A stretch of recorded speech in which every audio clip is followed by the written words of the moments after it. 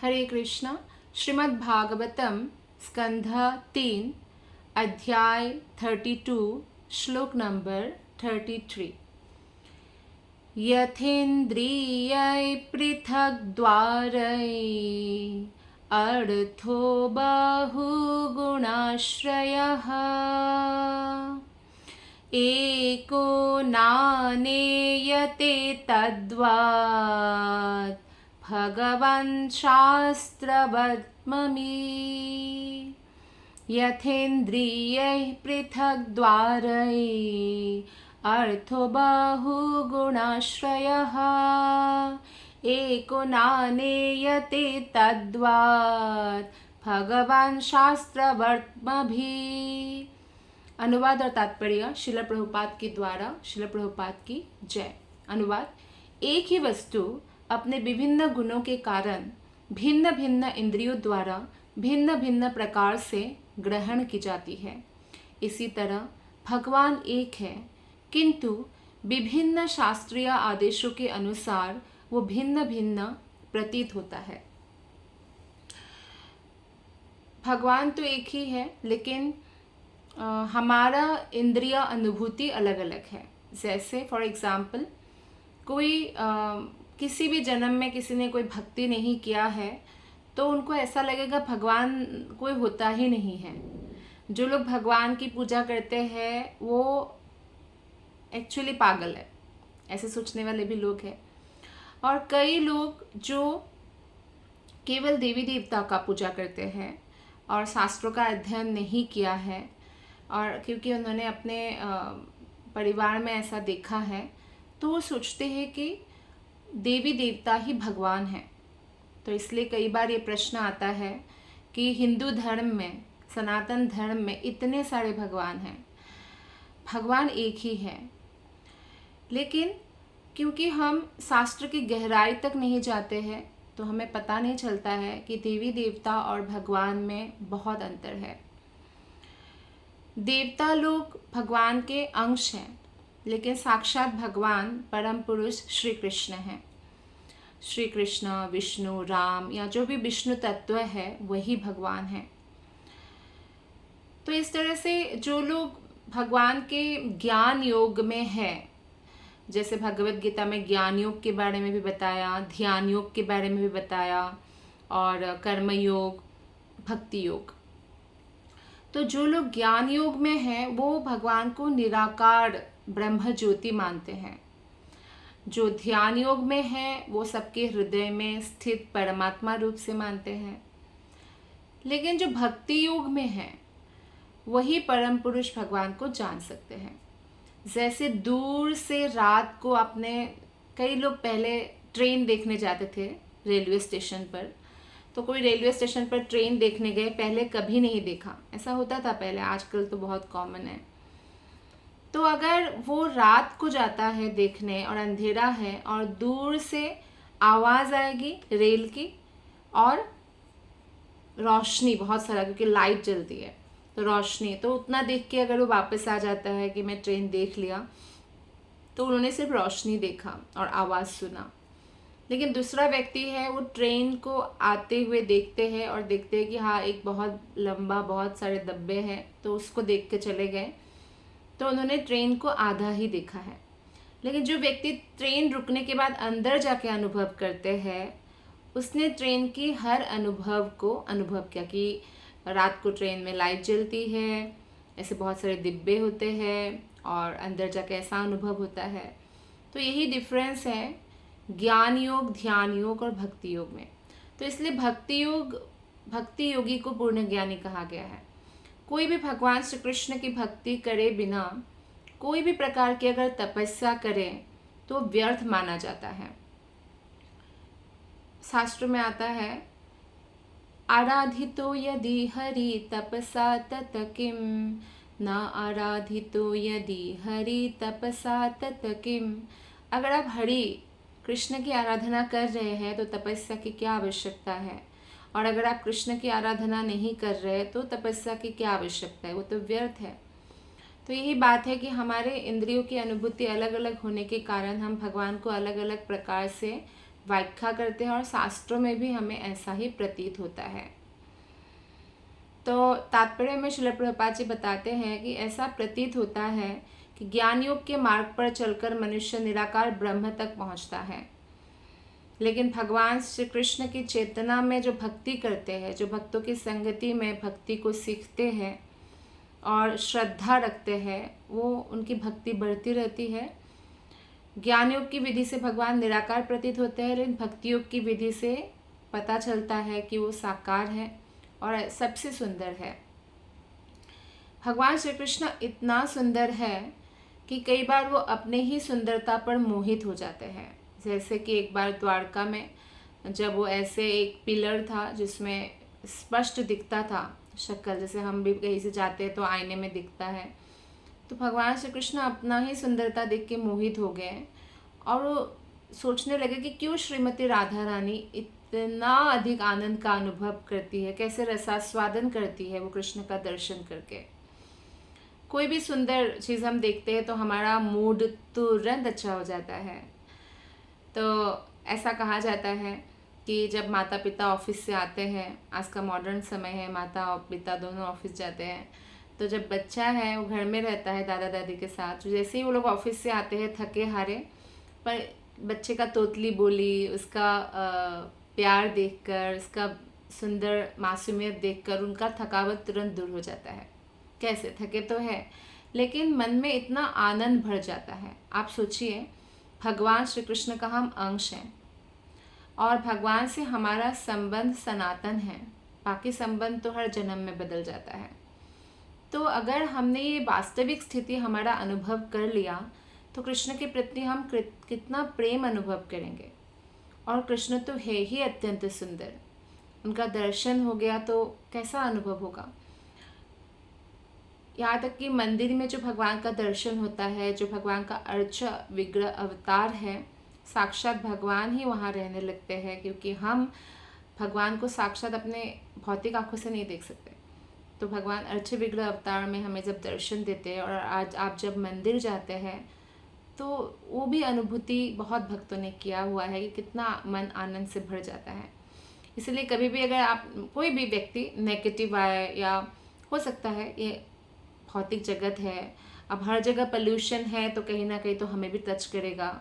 Pollution यहाँ पे क्या है, 3 गुण हैं, रजोगुण सतोगुण तमोगुण, और ऐसे बहुत सारे लोग हैं जो रजोगुण तमोगुण को बहुत रखते हैं अपने पास। तो फिर मन उदास हो सकता है, लोनली हो सकता है, परेशान हो सकता है, गुस्सा आ सकता है। तो ऐसे कोई भी विकार को शांत करना है तो तुरंत हमें हरिनाम का, श्री हरि का, या मंदिर में हमें चले जाना चाहिए, भगवान का आश्रय लेना चाहिए। भगवान हमें क्या करते हैं, उन विकारों को शांत करने के लिए शक्ति प्रदान करते हैं। तो ऐसे बहुत सारे भक्त हैं जो ऐसा अनुभव अपना शेयर करते हैं कि ऐसा सिचुएशन हुआ था, फिर मंदिर चले गए तो अच्छा लगने लगा, क्योंकि मंदिर में 24 घंटा वही वाइब्रेशन है, हरि की भक्ति। श्रील प्रभुपाद यहाँ पे एनालॉजी उदाहरण देते हैं कि एक पहाड़ी दूर से बादल जैसे लगती है। ऐसा लगेगा कि दूर से कोई बादल हो, लेकिन कोई अगर पास जाए, जितना पास जाएंगे उनको उतना वास्तविकता पता चलेगा। तो दूर से भगवान निराकार ही लगेंगे, क्योंकि भगवान की अंग कांति है, वो ज्योति है। जैसे सूर्य को आप ऐसे खाली आंखों से नहीं देख सकते, लेकिन सूर्य के अंदर अगर कोई प्रवेश करे तो पता चले वो एक ग्रह है, जहाँ विवस्वान राजा का नाम है, सूर्यदेव का नाम है विवस्वान, जिसको भगवान श्री कृष्ण ने अर्जुन से भी पहले भगवत गीता का ज्ञान दिया था। तो इसी प्रकार भगवान के जितने हम करीब जाएंगे, पास जाएंगे, उतना ही हमें भगवान के बारे में ज़्यादा पता चलेगा। तो इस तरह से प्रभुपाद बोलते हैं कि यदि कोई थोड़ा थोड़ा करके आगे बढ़े तो बादल का दृश्य बादल ना होकर पहाड़ी है ये पता चलेगा और हरियाली दिखने लगेगी। फिर अगर कोई पहाड़ पर ही चले गए तो उसे और भी चीज़ें दिखेंगी। पहाड़ में हो सकता है झरना दिखे, अन्य अन्य प्राणियाँ दिखे, बहुत कुछ दिखने लगेगा। तो इसी प्रकार दूसरा उदाहरण श्रील प्रभुपाद देते हैं दूध का। जब कोई व्यक्ति ने कभी दूध चखा ही नहीं, सिर्फ दूध को देखा देखा है, तो उसका क्या एक्सपीरियंस होगा कि दूध सफ़ेद है। अगर वो चखेगा कभी दूध तो उसको स्वादिष्ट लगेगा, और अगर छुएगा, दूध ठंडा है, छूता है वो तो लगेगा ठंडा होता है दूध, अनुभव किया उसने। क्योंकि गाय का दूध गरम गरम तो नहीं निकलता, हम गरम करते हैं, ठंडा निकलता है।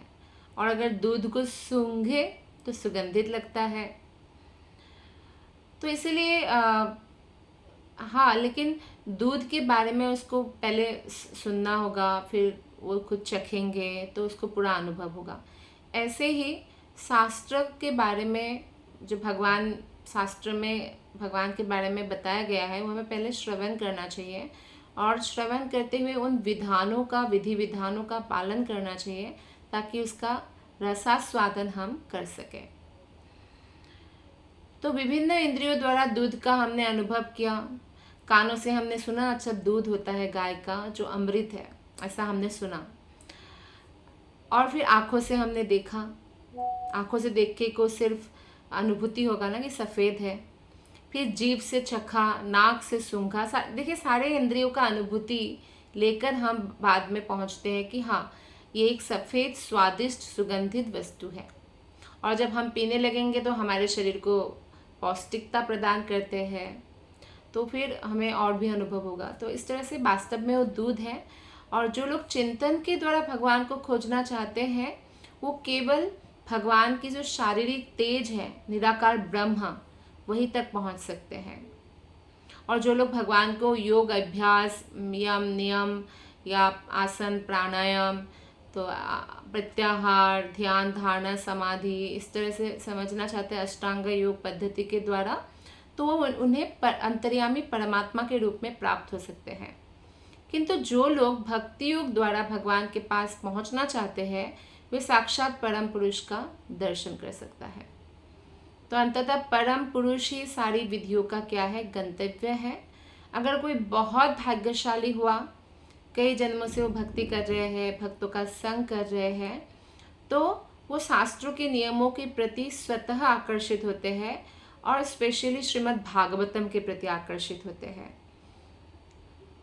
श्रील व्यासदेव जी, जो भगवान के ही अवतार हैं, उन्होंने समस्त वेद, उपनिषद, पुराण संकलित करने के बाद भी असंतुष्ट थे।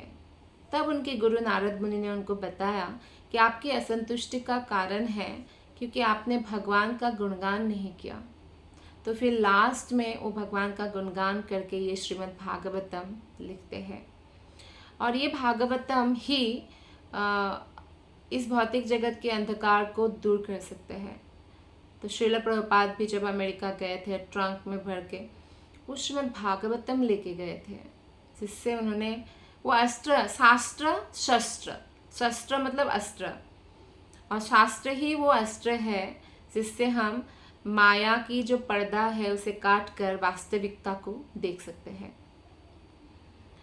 तो इसमें श्रील प्रभुपाद जी बताते हैं कि जो भाग्यशाली पुरुष शास्त्र के नियमों का पालन करते हुए समस्त भौतिक कल्मशों से पूर्णतः शुद्ध हो जाता है, वो परमेश्वर को सब कुछ मानकर उनकी शरण में चला जाता है।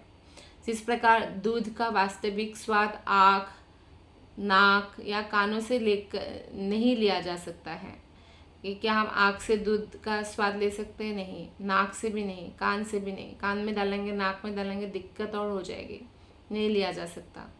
उसी तरह मनुष्य परम सत्य का आनंद ज्ञान योग या ध्यान योग या अन्य योग से नहीं ले सकते, केवल भक्ति योग से ही ले सकते हैं। भक्ति द्वारा ही प्राप्त किया जा सकता है। तो भगवत गीता में इसलिए बताया गया है, भगवान कहते हैं भक्त्या माम अभिजानाति। तो भगवान को अगर जानना है तो भक्ति से ही हम जान सकते हैं। और क्या विधि है भक्ति की? मन को हर समय ऋषिकेश कृष्ण के ऊपर केंद्रित करें, स्थिर करें, जैसा कि अम्बरीश महाराज ने किया था। सवे मनः कृष्ण पदार विंदयोः। भक्ति समस्त विधियों का मूल सिद्धांत है।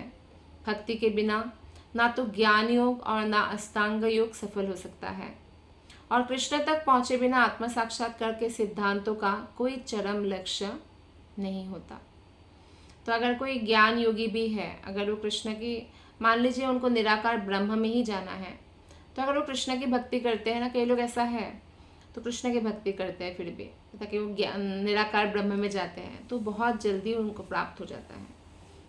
तो कोई भी सिद्धि भी प्राप्त करना है, अगर उन्होंने कृष्ण को अपने लाइफ में इंक्लूड किया, हर वस्तु की जो तीव्र वो है स्पीड है वो बढ़ जाती है, क्योंकि कृष्ण ही साक्षात भगवान है। श्लोक नंबर 34, 35 और 36। क्रियाया क्रतुभिर्दानै तपः स्वाध्यायमर्शनै आत्मेन्द्रियजयेनापि संन्यासेन च कर्मणम् योगेन विविधांगेन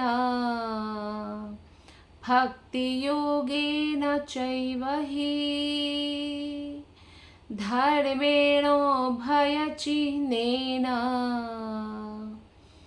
यः प्रवृत्तिनिवृत्तिमान् आत्मा तत्त्वावबोधेन वैराग्येण दृढेन च इयते भगवानेभिः सगुणो निर्गुणः स्वदृक्। अनुवाद और तात्पर्य श्रील प्रभुपाद के द्वारा। श्रील प्रभुपाद की जय। सकाम कर्म तथा यज्ञ संपन्न करके, दान देकर, तपस्या करके, विविध शास्त्रों के अध्ययन से, ज्ञान योग से, मन के निग्रह से, इंद्रियों के दमन से, संन्यास ग्रहण करके तथा अपने आश्रम के कर्तव्यों का निर्वाह करके, योग की विभिन्न विधियों को संपन्न करके, भक्ति करके तथा आसक्ति और विरक्ति के लक्षणों से युक्त भक्ति योग को प्रकट करके, आत्म साक्षात्कार के विज्ञान को जान करके तथा प्रबल वैराग्य भाव जागृत करके, आत्म साक्षात्कार की विभिन्न विधियों को समझने में अत्यंत पटु व्यक्ति उस रूप में भगवान का साक्षात्कार करता है जैसा कि वे भौतिक जगत में तथा अध्यात्म में निरूपित किए जाते हैं। तो साधारण भौतिक एक बिजनेस चालू करने के लिए ही हमें कितना मेहनत करना होता है। अब भगवान को प्राप्त करना है तो हमें कुछ तपस्या तो करना होगा। जैसे कि कई लोग हैं जो सकाम कर्म में लगे हुए हैं, यज्ञ करते हैं। सकाम कर्म का मतलब है कि मैं आज ये यज्ञ कर रहा हूँ, इस फल के बदले तो मुझे ये फल मिल जाना चाहिए। तो वो भी एक्चुअली है, वो कर्म है, पर वो सकाम कर्म है, निष्काम कर्म नहीं है, क्योंकि फल की आशा है। तो फल की आशा है तो उसमें भी उनको बंधन लग जाता है। हाँ, ये बात है कि ये शरीर छोड़ने के बाद वो स्वर्ग लोग जाते हैं, पर पुण्य खत्म होने पर फिर से ऐसे मनुष्य शरीर में पृथ्वी में आते हैं। या दान देकर, दान अगर देखिए, अगर हम कर्म और यज्ञ कृष्ण के लिए नहीं करेंगे तो बंधन का कारण है। दान अगर हम कृष्ण के मंदिर बनने में, कृष्ण की बुक पब्लिश होने में, या कृष्ण के प्रसाद वितरण में, या कृष्ण के लिए देते हैं तो हमें मुक्ति प्रदान करते हैं। लेकिन अगर दान उसके विपरीत हम करते हैं तो उससे हमारा बंधन, अगर हमने गरीबों को भी खिलाया लेकिन कृष्ण प्रसाद नहीं खिलाया, सिर्फ अन्न दान किया, तो हम स्वर्ग जाने के अधिकारी बनते हैं। तो पुण्य कर्म के बंधन से हम बन जाते हैं, जिसके कारण हमें भौतिक जगत में ही रहना पड़ता है। विविध शास्त्रों का अध्ययन बहुत इम्पॉर्टेंट है, लेकिन जो भक्तिमूलक शास्त्र नहीं है, अगर उसका हम अध्ययन करते हैं तो हम भ्रमित हो जाते हैं। तो इसलिए श्रीमद् भागवतम का अध्ययन करना चाहिए, भगवत गीता का अध्ययन करना चाहिए, जो हमारे हृदय में भक्ति योग कैसे करना है उसके प्रति जितनी श्रद्धा की आवश्यकता है वो जागृत कर दें। ज्ञान योग से, मन के निग्रह से, ज्ञान योग हो, ध्यान योग हो, भक्ति योग हो, मन का निग्रह अत्यंत इम्पॉर्टेंट है। मन का निग्रह का अर्थ है कि मन में बहुत सारी भावनाएं आएगी। हो सकता है भौतिक जगत में रहने के कारण बुरी भावनाएं ज़्यादा आएगी। तो उन भावनाओं को हम क्या कर सकते हैं, कंट्रोल कर सकते हैं, और केवल अच्छी भावनाओं को हम प्रवेश करने दे सकते हैं। मन में तो कई इच्छाएं उठेगी, लेकिन केवल आध्यात्मिक इच्छाओं को पूर्ण करने के पीछे हम जा सकते हैं। जैसे भगवान के मंदिर जाने की इच्छा, और अधिक भगवान के हरि नाम की जप करने की इच्छा, भगवान के लिए बहुत अच्छा कुछ कुकिंग करने की इच्छा, भोग लगाना, भगवान का श्रृंगार करना आदि। इंद्रियों के दमन भी ऐसा ही है, जैसे मन का दमन या मन को कंट्रोल करना। आंखें, नाक, कान, इन सबको भगवान की सेवा में लगा कर रखना चाहिए। तो इस प्रकार से विभिन्न विभिन्न बहुत सारा विधि है वो संपन्न करके, और खासकर भक्ति करके, भक्ति करने से भगवान के प्रति आसक्ति और संसार के प्रति विरक्ति उत्पन्न होता है। तो विरक्ति उत्पन्न होता है का मतलब है वो हृदय से वो आसक्ति गायब हो जाता है। और जब भौतिक जगत के प्रति आसक्ति गायब हो जाता है तो व्यक्ति बहुत संतुष्ट रहने लगता है। नहीं तो देखिए, भौतिक आसक्ति ऐसा है कि वो बढ़ता ही रहता है और व्यक्ति को विचलित करता ही रहता है, उनका मन कभी शांति प्राप्त नहीं कर सकता है। तो इस तरह से तात्पर्य में श्रील प्रभुपाद जी 4 आश्रम के बारे में बताते हैं: ब्रह्मचारी आश्रम, गृहस्थ, वानप्रस्थ, संन्यास। इसका उम्र भी निर्धारित है, 100 साल के हिसाब से डिवाइड किया गया है। जैसे 1 से 25 तक हमें भौतिक एजुकेशन जो है पेट पालने के लिए, और आध्यात्मिक एजुकेशन दोनों ही बैलेंस करना चाहिए, लेना चाहिए, और गुरु के अंडर रह के अध्ययन करना चाहिए गुरुकुल में। तो अभी गुरुकुल नहीं है, लेकिन हम आध्यात्मिक और भौतिक ज्ञान लेना चाहिए। और 25 से 50 तक गृहस्थ आश्रम है। पति पत्नी जो भी है, विवाह करके अपना गृहस्थ, भगवान की इच्छा से अपने गृहस्थ को चलाने का प्रयत्न करना चाहिए, भगवान को केंद्र बिंदु बनाना चाहिए, और गुरु का दिया हुआ आज्ञा का पालन करना चाहिए। और वैसे तो गृहस्थों के लिए हमेशा ये इम्पॉर्टेंट है यज्ञ करना, और यज्ञ में सबसे श्रेष्ठ यज्ञ है जप यज्ञ। हरे कृष्ण कृष्ण कृष्ण हरे हरे, हरे राम राम राम हरे हरे। तो ये जप करना 16 माला कम से कम रोज, वो इम्पॉर्टेंट है। दान देना कृष्ण के लिए, और नियत कर्मों के अनुसार कर्म करने की संस्तुति किया गया है। नियत कर्म जैसे कोई अगर खेती करते तो खेती करना उनका नियत कर्म हो गया, परिवार का पालन पोषण करना भी नियत कर्म हो गया, लेकिन वो सारा कर्म का फल उनको कृष्ण को समर्पित करना चाहिए। और इसी प्रकार जो है, जो वानप्रस्थ है 51 से लेकर 75 तक माना गया है, और 75 के बाद संन्यास। तो यहाँ पे वानप्रस्थ मतलब अगर पॉसिबल है, लेकिन आज का समय थोड़ा सा पीछे चल रहा है, तो 60 एज तक भी बच्चे पढ़ रहे होते तो विवाह नहीं करा सकते, विवाह करा के वो जिम्मेदारी से मुक्त नहीं हो सकते हैं। लेकिन रिटायरमेंट की बात कर रहे हैं यहाँ पे वानप्रस्थ। तो वानप्रस्थ में क्या करना चाहिए, हर समय में फुल टाइम हो जाना चाहिए।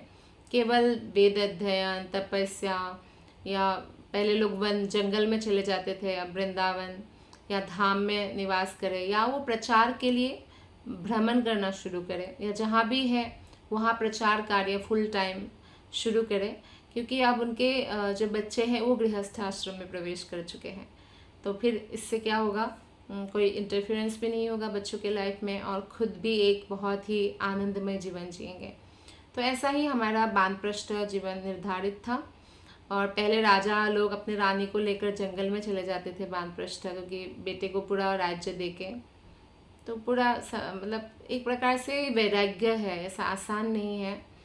और इसलिए धृतराष्ट्र को विदुर ने सुनाया था, जब वो इतने वृद्ध होने के बाद, जब उन्होंने इतना षड्यंत्र किया पांडवों के विरुद्ध, और उनके षड्यंत्र से ही उनके 100 के 100 पुत्र मारे गए, और फिर भी उन्होंने भीम को भी मारना चाहा अपने बाजू में बंद करके, क्योंकि उनमें ये ताकत था कि कोई लोहे का भी अगर मूर्ति उनके सामने रखे, अगर वो चाहे तो उसको चूर चूर कर सकते हैं।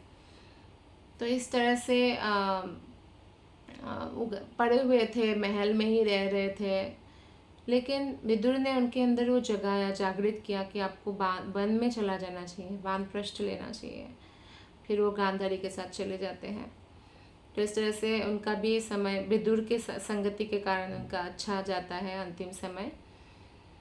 तो जो सन्यासी है उनके लिए आत्मेंद्रिय जय अर्थात मन का निरोध और इंद्रियों का वश में करना, और सन्यासी को बहुत सारे नियमों का पालन करना पड़ता है। तो इस प्रकार जो है अलग अलग आश्रम में रहकर भी व्यक्ति भक्ति कर सकते हैं और भक्ति में आगे बढ़ सकते हैं। यहाँ पे इस श्लोक में चैव ही संस्कृत व्याकरण के अनुसार बताते हैं कि मनुष्य को सारे कार्य भक्ति के साथ साथ करना चाहिए, नहीं तो कार्य कोई भी सफल नहीं होता और बंधन का कारण बनता है। कोई भी नियत कर्म भगवान के लिए होना चाहिए। भगवत गीता में कृष्ण ने स्वयं कहा है 9.27 में, यत् करोषि यदश्नासि यज्जुहोसि ददाति यत् तपस्यसि कौन्तेय। इवन तपस्या भी अगर आप कुछ भी करो मेरे लिए करो तो बंधन से मुक्त हो जाओगे। अगर तुम खा रहे हो तो पहले मुझे भोग लगाओ, कृष्ण कहते हैं। यज्ञ कर रहे हो तो मेरे लिए यज्ञ करो, तपस्या कर रहे हो एकादशी व्रत पालन करो, कृष्ण जन्माष्टमी पालन करो, दान दे रहे हो तो मेरे लिए दान दे दो। और सबका जो है जो भी कार्य करें हम भगवान कृष्ण के लिए करना चाहिए, तभी हमें मतलब इस भौतिक संसार से कोई व्यक्ति मुक्त हो सकता है या उस जीवन में हमेशा जी सकते हैं जो एक ब्रह्मभूत प्रसन्नात्मा स्थिति है। तो यहाँ पर एव शब्द जोड़ दिया गया है जो ये बताता है कि ये कर्म इस तरह अवश्य किए जाए। जब तक सारे कर्मों के साथ भक्ति नहीं की जाती तब तक वांछित फल नहीं मिलता, किंतु जब हर कार्य में भक्ति योग को प्रधानता मिलती है तो अंतिम लक्ष्य प्राप्त हो जाता है।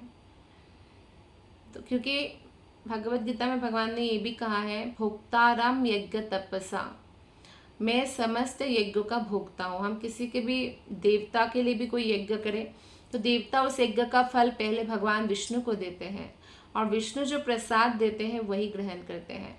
यहाँ तक कि कोई भी वरदान देने के लिए वो भगवान से परमिशन लेते हैं, भगवान से शक्ति प्राप्त करते हैं, तब वरदान देते हैं।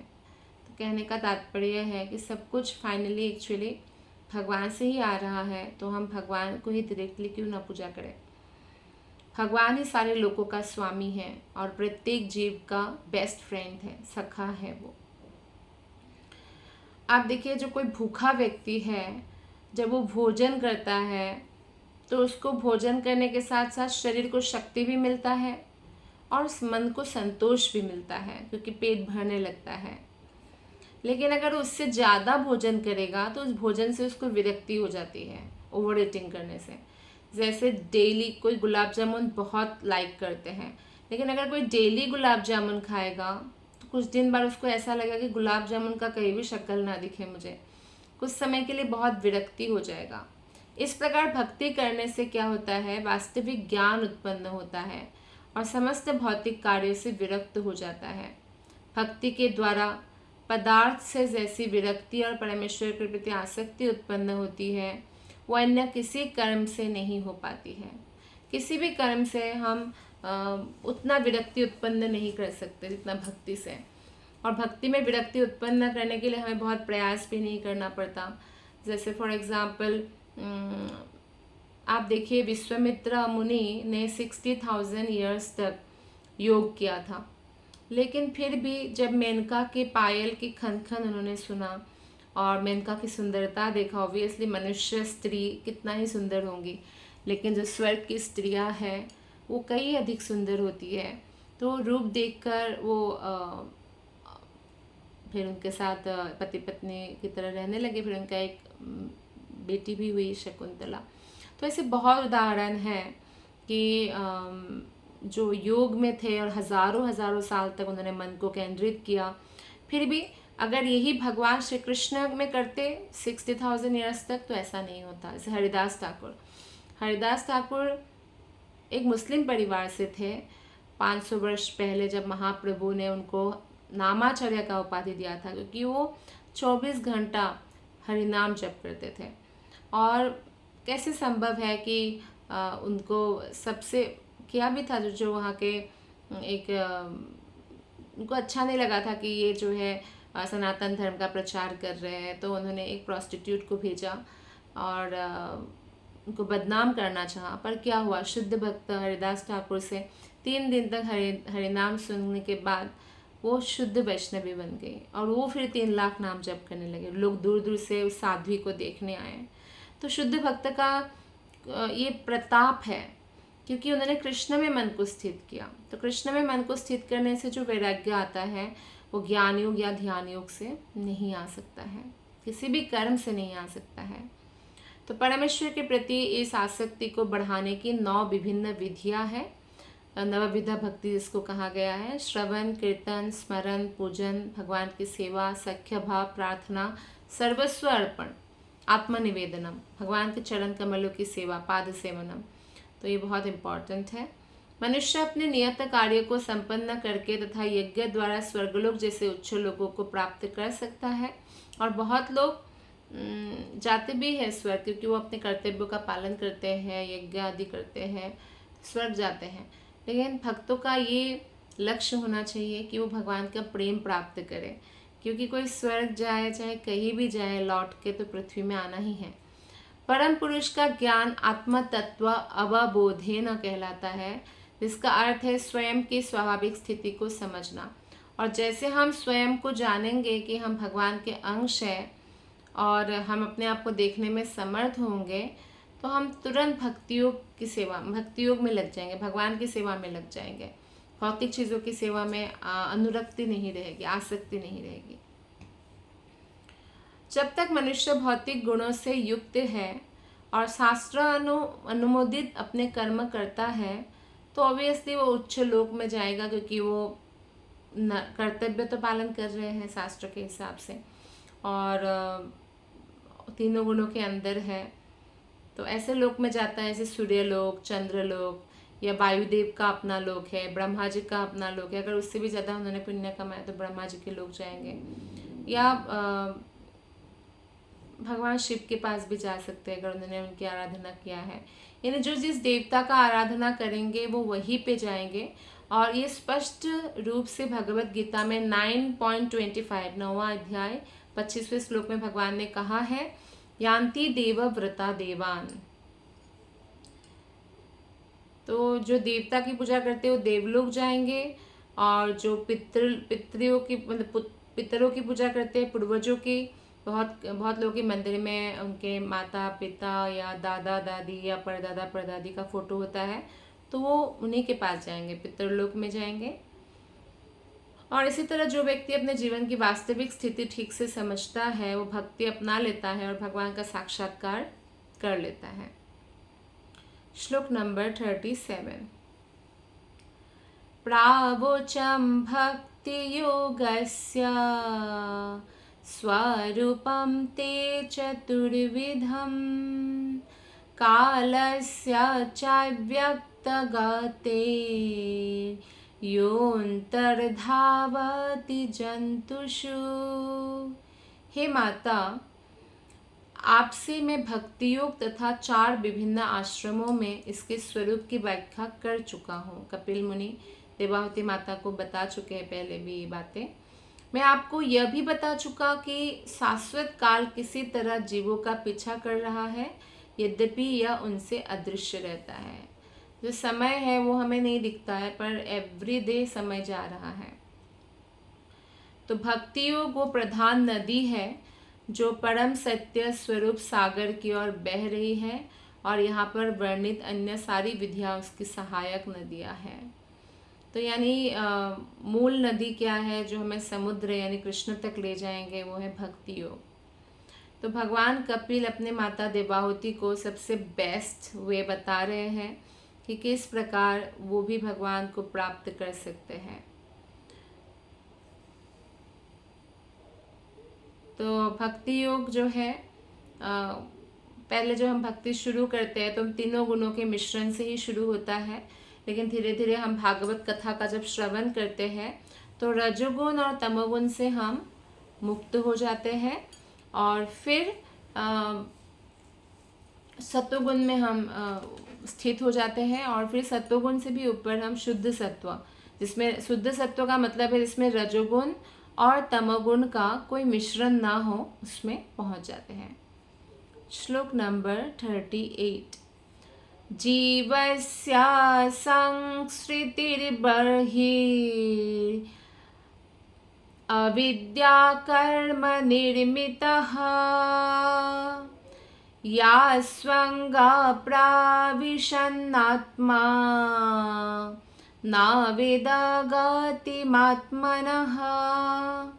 अज्ञान में किए गए कर्म अथवा अपनी वास्तविक पहचान की विस्मृति के अनुसार जीवात्मा के लिए अनेक प्रकार के भौतिक अस्तित्व होते हैं।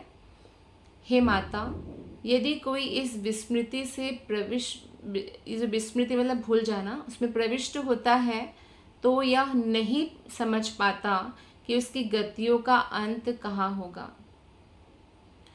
तो भगवान के साथ जो हमारा संबंध है, हमें उसकी विस्मृति हो गई है और विस्मृति हो जाने के कारण ही हम भौतिक अस्तित्व में हैं। अगर हम भौतिक अस्तित्व में नहीं रहना चाहते हैं तो उस स्मृति हमें वापस लाना होगा। तो इसीलिए नहीं तो हम इस भवसागर में इधर उधर भटकते रहेंगे, इससे निकलना मुश्किल है। अब समुद्र में कोई गिर गया है तो वो ऐसे दिशा ही नहीं दिखेगा उसको कहीं भी, है ना। समुद्र इतना विशाल है, तो अगर कोई हेलीकॉप्टर से आके उसे बचाता है तो बच जाएगा। तो ऐसे ही हम कितने बड़े अच्छे स्विमर हो, समुद्र में जिस तरह से नहीं बच सकते, इस तरह से हम कितना ही बड़ा तपस्या करें, अगर हम भगवान की भक्ति नहीं करेंगे, भगवान के भक्तों का आश्रय नहीं लेंगे, तो वो संभव नहीं है कि हम भवसागर से निकल जाए। भगवान इतने दयालु है कि वो गोलक धाम में, वैकुंठ धाम में रहकर भी पृथ्वी लोक में आते हैं हमारे लिए और हमारा उद्धार करने के लिए, और स्वयं आते हैं और प्रतिनिधियों को भी समय समय पर भेजते रहते हैं।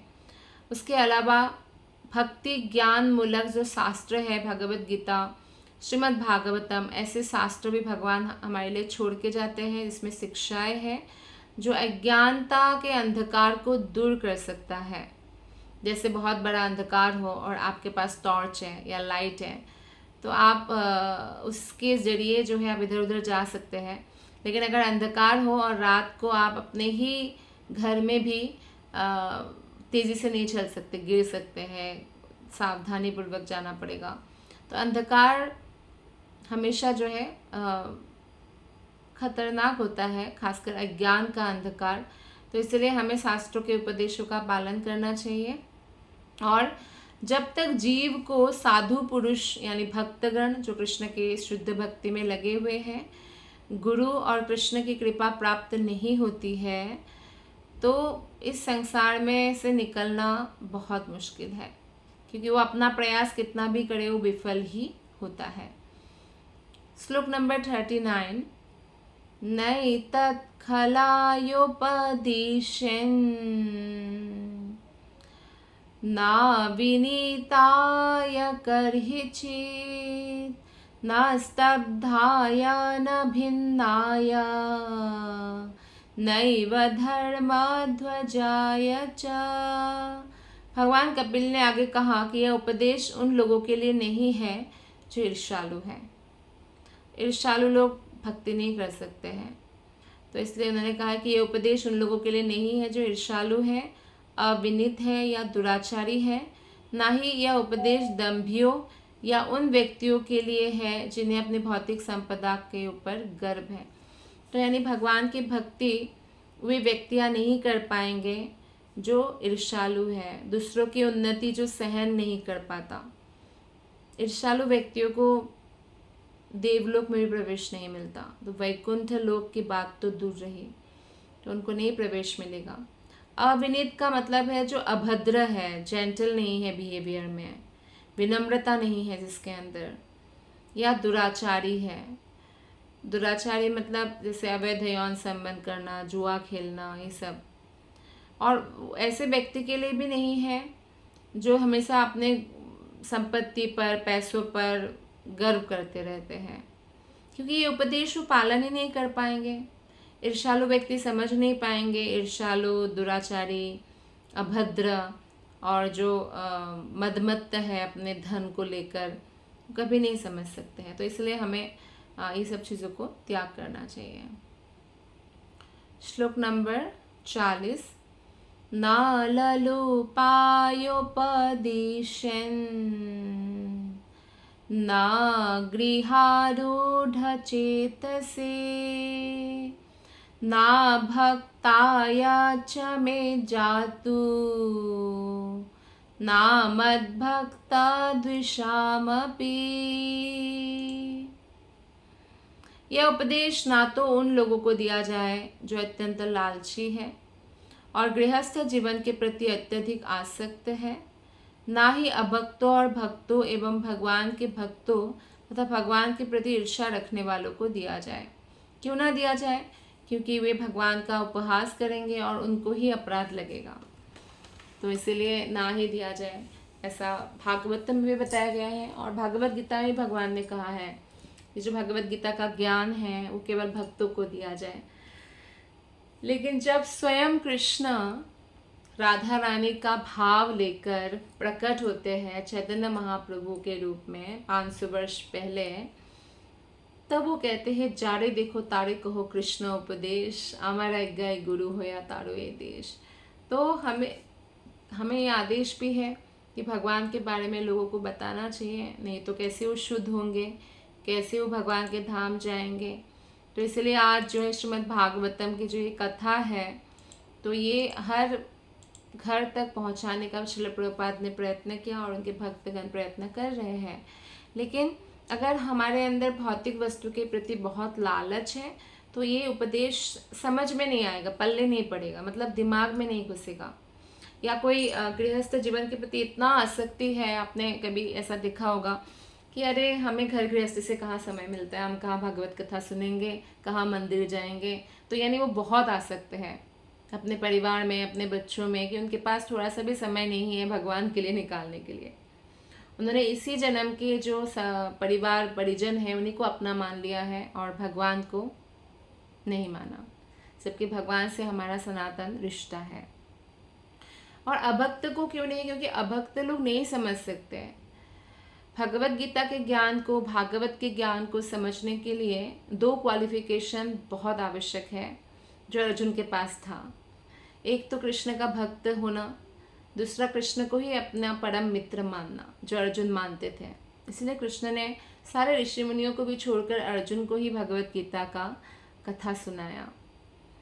और भगवान के प्रति जो ईर्ष्या रखेंगे वो भागवत को कैसे समझ पाएंगे, इसलिए मना किया है। तो जो लोग सदैव अन्य जीवों को हानि पहुंचाने का योजनाएं बनाते रहते हैं, वो कृष्ण भावना जो अमृत है नहीं समझ पाएंगे। साथ ही कुछ ऐसे स्वार्थी तथाकथित शिष्य होते हैं जो दिखाने के लिए तो बहुत जो है ऐसे गुरु के प्रति विनम्र रहते हैं, लेकिन एक्चुअली वो हृदय से विनम्र नहीं होते हैं। तो उनके लिए भी भक्ति में आगे बढ़ना बहुत मुश्किल हो जाता है। ऐसे व्यक्ति जो अन्य संप्रदाय में दीक्षित होने के कारण भक्ति को भगवान तक पहुंचने का एक सा पद नहीं समझते, वो भी कृष्ण भक्ति को नहीं समझ सकते। तो श्रील प्रभुपाद बोलते हैं कि वस्तुतः कृष्ण भावनामृत को समझने के लिए सरल हृदय चाहिए, उसमें कपटता नहीं होना चाहिए, लालच और अन्य विकार से वो स्वयं को मुक्त कर ले। और मुक्त करने का जो है सबसे आसान तरीका है कि वो हरे कृष्ण महामंत्र का रेगुलरली जप करे। और हरिनाम, इसलिए हरिनाम का जो इतना प्रचार प्रसार किया है चैतन्य महाप्रभु ने, इसीलिए क्या, क्योंकि कोई भी और उपाय ही नहीं है जितना तीव्र गति से हरिनाम जप करने से हमारा प्रगति होता है, अन्य चीज़ों से नहीं होता है। तो ये सब जो है कल्मश है, भक्ति में आगे बढ़ने के लिए बाधा है, हमें इन सब से मुक्त होना चाहिए। तो थैंक यू वेरी मच। आज की कथा को हम यही विराम देते हैं। आप सबका हृदय से बहुत बहुत धन्यवाद। हरे कृष्णा।